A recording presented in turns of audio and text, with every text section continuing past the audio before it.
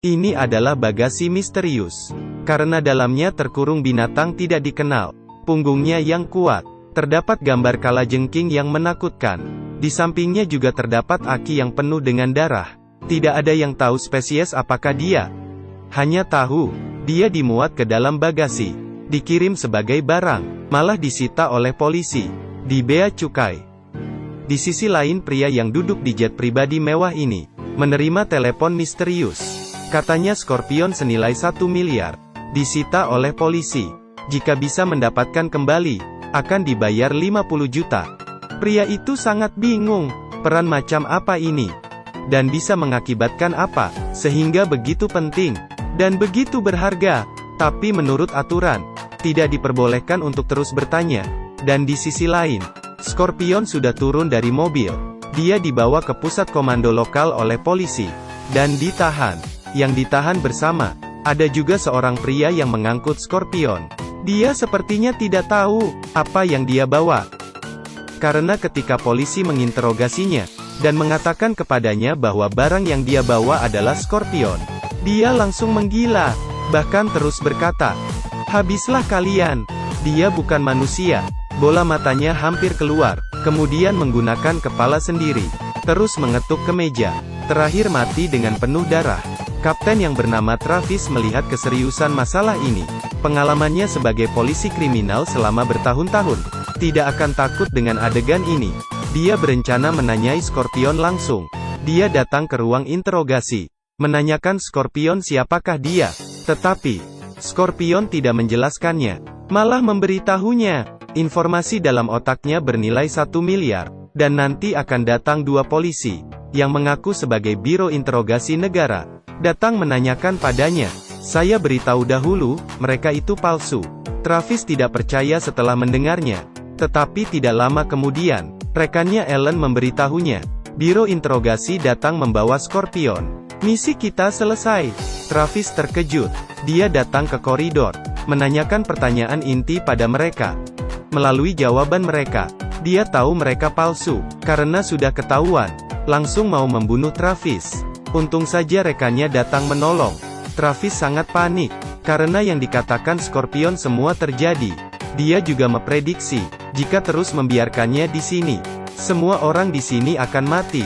Travis panik. Dia tidak ingin melihat rekannya mati. Akhirnya dia berencana, membawa Scorpion sendiri, dan memindahkannya ke tempat lain. Baru saja Travis keluar, pantulan sinar dari atap menarik perhatian Scorpion. Menunduk.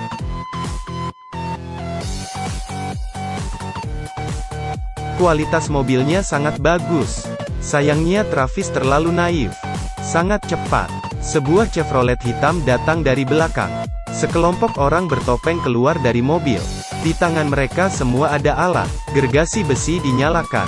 Mereka ingin membuka pintu mobil. Pas sekali, Scorpion menggunakan gergajinya itu, sekaligus membuka borgolnya. Penjahat bergegas mau masuk ke mobil. Tetapi hasilnya malah begini. Scorpion menggunakan tinjunya, mengakhiri pertarungan dengan tendangan. Tetapi masih ada lagi. Seorang anggota mati di jalan. Daya tembak musuh terlalu ganas. Kapten Travis memimpin semua ke pusat komando, dan memerintahkan mode pertahanan diaktifkan. Semua pintu dan jendela anti peluru diturunkan. Berencana diam di tempat menunggu tim penyelamatan. Tetapi baru saja masuk, Ellen mengangkat pistol menuju pada Scorpion. Dia merasa semua masalah dikarenakan Scorpion. Tetapi Scorpion memberitahunya, membunuhnya tidak mencegah mereka menyerang. Belum selesai bicara, semua listrik di ruangan dipadamkan. Ternyata sistem kontrol daya dari pusat pertempuran dimasuk oleh penjahat. Mereka menelepon dan berkata, jika memberikan Scorpion, mereka akan segera pergi, tidak akan melibatkan yang lain. Hal ini membuat Travis semakin penasaran dengan Scorpion. Sebelum mencari tahu, tidak akan menyerah. Jadi dia segera memanggil semua orang untuk merencanakan pertempuran. Dia memakai sebuah mayat, dengan pakaian Scorpion, berpura-pura menyerahkan Scorpion untuk menyerah, dan membiarkan Scorpion asli di belakang. Saat mendekat, baru membunuh mereka.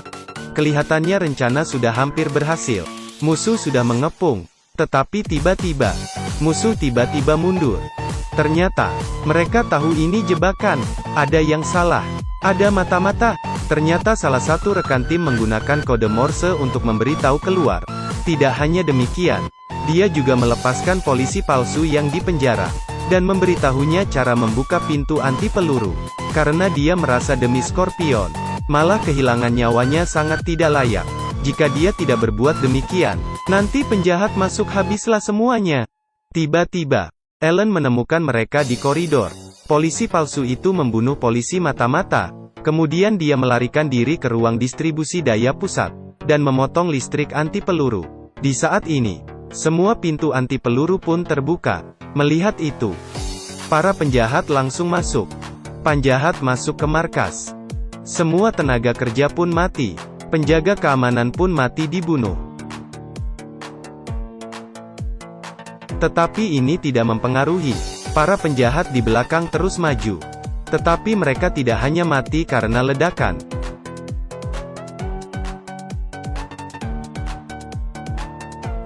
Tetapi ditembak. Para penjahat pun pada mati. Tidak hanya demikian, Scorpion masih ingin menunjukkan sesuatu pada mereka, yaitu lari ke lorong bawah tanah. Secara tidak sengaja ditemukan tadi. Travis menyuruh rekannya pergi dulu. Dia dan Scorpion akan tinggal untuk bertarung. Mereka bagi dua jalan. Di sisi lain, rekannya Ellen sedang bertarung dengan penjahat wanita. Tidak lama kemudian Ellen pun pingsan, dan Travis bertemu dengan penjahat wanita itu. Dia ditendang oleh wanita itu, dan terus memukul Travis. Keduanya terus bertarung. Di saat ini, wanita itu mau membunuh Travis, tetapi malah dihindar dan didorong Travis ke bawah. Langsung mati. Dan Scorpion juga diserang. Bos penjahat akhirnya keluar. Dialah yang ingin menangkap Scorpion. Dengan cepat, dia terus menembak Scorpion. Dan perut Scorpion pun tertembak. Tetapi bagus juga, karena terus menembak. Tidak ada peluru lagi. Dia melemparkan pistol, dan ingin bertarung dengan Scorpion. Scorpion tertawa, karena Scorpion memang tidak suka pakai pistol. Karena membunuhnya hanya perlu satu tendangan, yaitu tendangan maut ini. Selesai. Kedua pemenang juga bersama lagi. Setelah itu, Travis datang ke koridor menyelamatkan Ellen, dan ketiganya pun duduk menunggu tim penyelamatan. Tiba-tiba Scorpion mengeluarkan gigi palsu. Ada microchip di dalamnya. Penjahat itu datang karena ini. Ternyata Scorpion adalah anggota pasukan khusus setempat. Beberapa tahun lalu menjadi mata-mata gangster. Dia mendapat bukti kejahatannya, dan disimpan ke dalam microchip ini.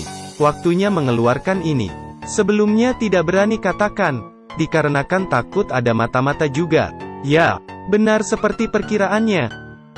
Rekannya Ellen mengeluarkan pistol dan menembak, mengambil microchip dan berlari. Ternyata Ellen juga mata-mata. Travis terus mengejar dari belakang, tetapi malah diserang Ellen dari belakang. Keduanya terus bertarung. Ellen ingin mengambil pistol dan melawan, malah dikalahkan oleh Travis. Travis menginjak Ellen di bawah kakinya. Semuanya berakhir. Di malam hari, polisi memblokir lokasi pertempuran pagi hari. Ellen juga dibawa pergi oleh polisi. Tiba-tiba mereka memanggil Travis, agar dia membantu mengkonfirmasi jasad Scorpion. Setelah dilihat, jasad ini memakai baju Scorpion, tetapi bukan Scorpion. Tetapi Scorpion tersenyum dan berkata, "Ia itu Scorpion."